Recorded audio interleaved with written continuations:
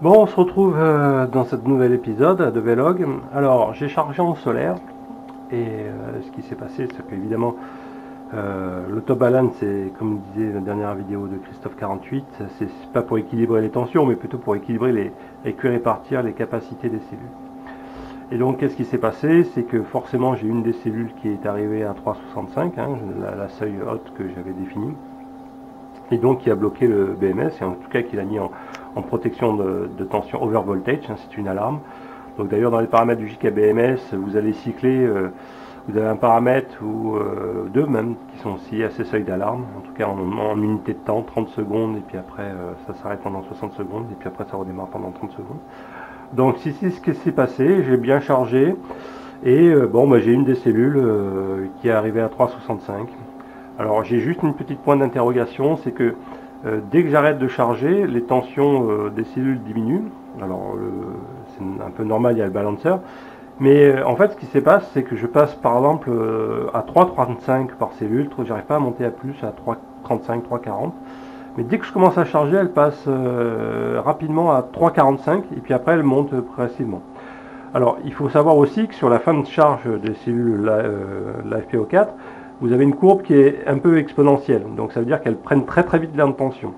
Donc, ça veut dire que dès que vous avez une cellule qui commence à flirter avec les 3,50, 3,55, après très rapidement elle va monter à 3,65. Hein. C'est vraiment une courbe comme ça en cloche, un peu exponentielle. Donc, c'est un peu normal. Hein. Donc, c'est pour ça que ça va couper, alors que les autres sont encore très très basses. En fait, on dirait que ça amplifie les tensions de celles qui étaient déjà très hautes et ça s'écarte beaucoup plus rapidement. Donc, ça, cet effet de balancement, et du coup, pour le balanceur, c'est un peu calme. Bon, moralité de l'histoire, je pense que j'ai déjà bien préchargé la batterie. Et donc, il va falloir que je fasse l'équilibrage des capacités avec le top balance.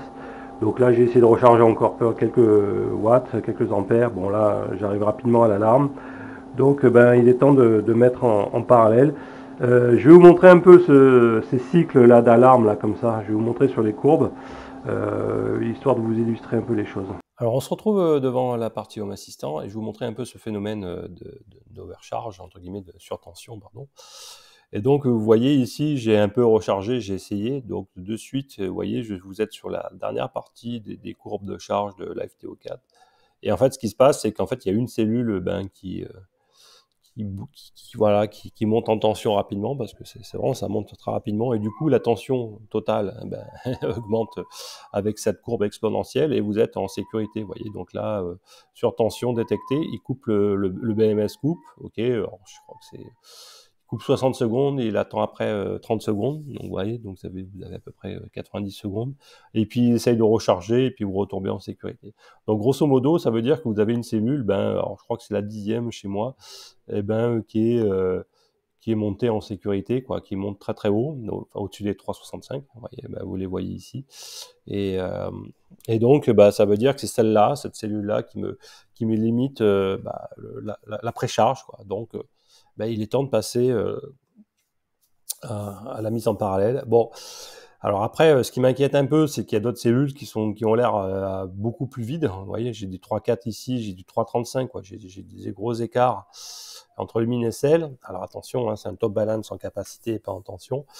Bon, voilà. Bon, j'espère que ça veut dire que dans mon pack de batterie, je pense que j'ai de l'hétérogénéité dans les cellules. Mais bon, en mettant en parallèle, ça va s'équilibrer, ça va transvaser, et puis après, je charge tranquillement, enfin, entre guillemets, tranquillement, ça va prendre peut-être 3-4 jours, on verra, avec le petit chargeur que j'avais acheté sur le Black Friday à Banggood, là, dans les 44 €, hein, que vous réglez sur 3,65, vous mettez les ampères à fond, alors, il injecte 5 ou 10 ampères, je ne sais plus exactement, cette tension-là, et puis vous attendez, et vous allez voir, au bout de quelques temps, les ampères vont, un jour ou deux, vont commencer à descendre, mais ça va être très long, vous avez l'impression qu'il se passe rien. Alors, moi, j'ai une contrainte, c'est que je peux pas trop enlever les cellules du ce coffrage. Vous avez vu, avec mes difficultés, j'ai des soucis, donc je vais devoir les laisser en place. Ce qui veut dire que, et puis en plus, j'ai pas assez de bus bar pour les mettre en parallèle, parce qu'il vous faut en fait, pour une mise en parallèle en bus bar, il vous faut 31 ou 32 bus bar. Donc je vais le faire avec du câble 2,5 carré et avec des cosses, quoi. Donc il m'en faut au moins 32 cosses. Et puis ça va se croiser, mais bon, sur l'isolant, donc évidemment je vais faire très attention. Et donc la prochaine étape, c'est d'abord enlever tout ce qui est BMS, donc les bus bars, etc., et les fils de sonde de BMS, et mettre ces fils-là qui permettront de mettre en parallèle les choses. Voilà. Bon, j'ai ressorti la batterie, donc c'est le début de la mise en parallèle, la deuxième étape, après la précharge en solaire, ou ce que vous voulez, par la Enedis. Donc vous avez vu que, par exemple, ma cellule 10 a atteint 3,65 volts, avant bien les autres. Bon, ben, j'ai essayé, et les autres, elles sont pas montées encore très haut. Allez, il serait temps de mettre la mise en parallèle, ça va considérablement améliorer les choses, enfin en tout cas j'espère. Donc là, je suis prêt à démonter la batterie. Donc je vous montre un peu, j'enlève les capots. J'ai déjà débranché les BMS, enfin le BMS. Donc vous enlevez les nappes d'abord. Alors ce qui est rigolo pour information, quand vous enlevez la première nappe, le BMS est encore alimenté, donc ça doit être vraiment alimenté par les deux dernières cellules ici. Vous voyez, donc je dirais entre la 15 et la 16e cellule doit alimenter le BMS. Je sais pas s'il fonctionne en intérieur en 3 ou 6 volts. Enfin voilà, pour information. Et ben il me reste à dévisser les cosses principales, le plus et le moins. Voilà. Donc toujours pareil, je vais y aller très progressivement. Faire attention, je vais enlever les scotch un par un, dévisser à la clé de 10. Et puis voilà, j'aurai démonté le support BMS. Voilà, j'ai démonté, enlevé le support plateau BMS. Qu'est-ce qu'il me reste à faire? Enlever tous les bus bars. Alors je pense que je vais laisser quand même les cosses sur place des sondes, parce que de toute façon c'est reconnecté à rien, et donc ça gêne pas.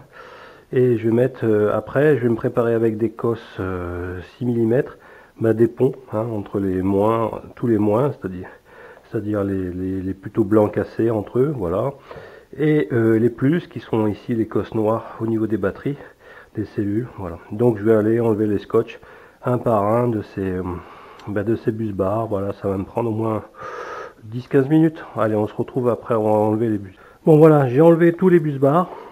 Et bon, j'ai laissé, comme je vous avais dit, les emplacements des sondes du BMS, parce que ça n'interfère pas.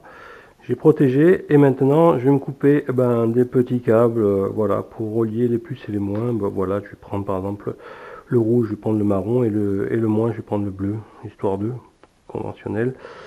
Voilà, et chaque fois je remettrai les scotch pour éviter pour faire super attention. Voilà, donc je vais relier, on a dit, je vais commencer pourquoi pas par les plus. Donc les marrons et ensemble, donc ça va croiser comme ça avec deux cosses. Bon, alors je vous montre juste le début. Donc là c'est un pôle positif, donc relié en trame par un câble, voilà. Et puis je suis ici à la troisième cellule. Vous voyez, donc vous en avez deux en commun, et puis je vous avais laissé les sondes là du BMS. Voilà, je continue. Donc en fait, ne revissez pas, il va en avoir un deuxième comme ça. Donc, normalement, avec cette stratégie, vous devriez avoir 3 cosses par plot. Donc ça vous en fait bouffer beaucoup des connecteurs. En fait, je me rends compte que j'en ai pas pris assez, il m'en falloir d'autres. Ouais, ça va en faire bouffer au moins 64. Et oui, 64 cosses. Bon, voici, après la mise en parallèle, un peu de tous les fils. Donc vous voyez les croisés, un pôle négatif en bleu, et puis les croisés marron, et puis comme j'avais plus de marron, j'ai terminé en rouge ici. Voilà, donc il me reste plus qu'à brancher. Donc par exemple ici, le pôle positif ici, enfin la lime, d'accord. Donc je vais vous montrer un peu à quoi ça ressemble la lime. Alors c'est ce genre de choses. Alors évidemment vous pré-réglez avant, donc là vous terminez sur des cosses, et en total j'ai passé 64 plus 4 cosses, 68 cosses à sertir. Ça m'a fait le poignet. Voilà, et vous le mettez ici, vous pré-réglez l'alimentation. Donc c'est possible que 3,65 ça accroche pas, donc il faut commencer à charger en 3,50, 3,55, ainsi de suite quoi. Voilà, c'est possible. Alors je vais vous montrer, alors c'est une petite alim de labo. Donc la première chose c'est qu'on vérifie les bonnes tensions avant d'injecter. Ok, donc là pour moi le bleu c'est le négatif et le rouge c'est le positif.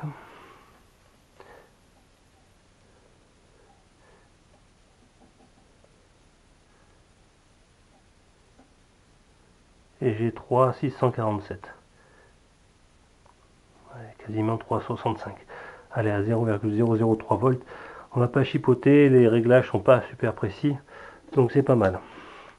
Donc je vais la rééteindre et je vais donc brancher maintenant le négatif sur le négatif et le positif sur le pôle positif de la batterie. Alors, on se retrouve, il est 22 h un samedi soir, voilà, 19 février.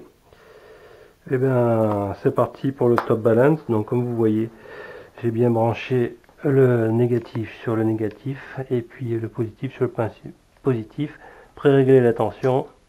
C'est parti et ça envoie, enfin si je comprends bien, ou alors je suis en erreur, 5,16 ampères. Alors je sais pas si c'est bon. Et ça envoie 18 watts. Je sais pas si vous voyez. Voilà. Donc je pense que là je suis parti pour un petit moment. Donc ce chiffre là d'ampères doit baisser. Là, quand ça sera 0, ça sera victoire. Ça sera peut-être dans 2 ou 3 jours. Voilà, c'est parti.